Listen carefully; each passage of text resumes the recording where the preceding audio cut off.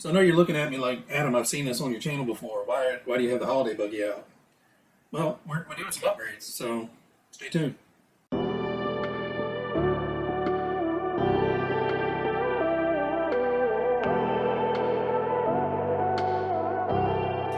Alright guys, so welcome back to the channel. I'm Adam. Thanks for stopping by and hanging out for a bit. So this is my holiday buggy. We built this a while ago on the channel, and if you haven't seen that video, check out here. But today what we're going to do is do a little upgrades. It's a cool little buggy, and it's fun for what it is. Once put the 540 in there, it definitely had some get up and go and was a lot more fun. However, with the 540 in here, this is a bouncy little guy.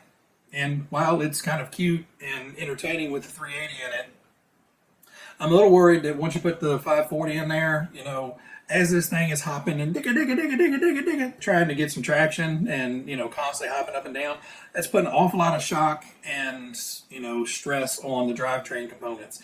And this guy doesn't have the strongest of rear axle setups. It has the plastic drive cups, plastic dog bones, and, just typical Tamiya plastic gearing. I don't necessarily think the gears in the transmission are going to be too affected by it, but if there's some way where we can fix it to where it's not beating itself up and we're still able to have fun with it, I think it's a worthwhile investment. So one of the things I did was I actually ordered a proper size pinion for it.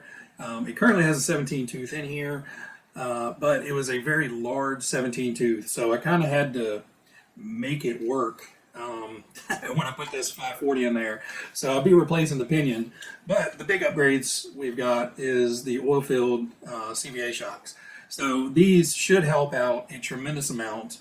I built them with a little bit lightweight oil in there. So instead of the standard Tamiya yellow oil that they come with, I put in some team associated 10 weight oil, and they feel pretty good. I think overall, with the spring rate on this and the amount of dampening is just about right. It's still going to have kind of that plush, bouncy drive, but with the thin oil, it's going to be able to, take a little bit of impact and get those tires back down to the ground as quick as possible. So it'll kind of float over things instead of that dugga that it was kind of doing. It's hopperish, if anybody has a grasshopper out there. So what I'm going to do is real quick, I'm going to dig into this. I'm going to swap out that pinion, take out those little extension spacers I had for the motor, and then I'm going to get the CVA shocks on there, and then we're going to take it out for a drive. All right, guys, so before we take this out, tiny change of plans.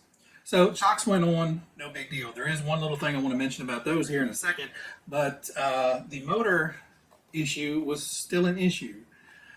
So the original pinion I put on was a big, fat, chunky one. It's an off-brand, Amazon cheapy special thing. The problem with it is basically you have to flip it over so the teeth of the pinion are right next to the transmission housing, because the spur gear lays right against that housing, so there is no gap in between anything. So you really have to run this pinion almost all the way up tight to the face of the motor for it to work. Now the problem I was having was with the stock Tamiya motor, the shaft sticking out is just too short. Now I could not find the 17th tooth Tamiya pinion anywhere. Nobody had it in stock when I was looking for it twice now. So I said, screw it. I bought a Robinson Racing pinion. I've had great luck with them before. They're generally very small. Yeah, that was still too long to do what I needed to do. So if you watch the first video, I had to space the motor out with a couple shock pistons as spacers just to shim that motor away. That way I could flip the pinion around, the standard way and make it work. So I didn't want to do that anymore. Basically, you're extending that motor out, so there's more chance of the motor wanting to go up and down, which is, making the pinion mesh, open and close. So I want that motor tight up against the motor case so it can't move at all.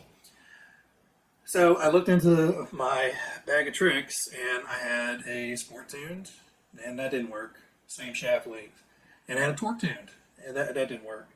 So we did the responsible thing, and stuck a GT tuned in here, which is probably going to be entirely too fast and torquey for this little buggy. So you know all that stuff I said earlier about, this doesn't have the world's toughest drivetrain in it, plastic drive cups and all. Just forget I said that. We're just going to send it and see what happens. Worst case scenario is we end up having to upgrade drivetrain because, evidently Tamiya 540 motors only work with Tamiya pinions, and Tamiya pinions are like hen's teeth and you cannot find them. We're going to take it out and give it a run and hopefully not break anything. All right, guys, now we're going to go out and run it.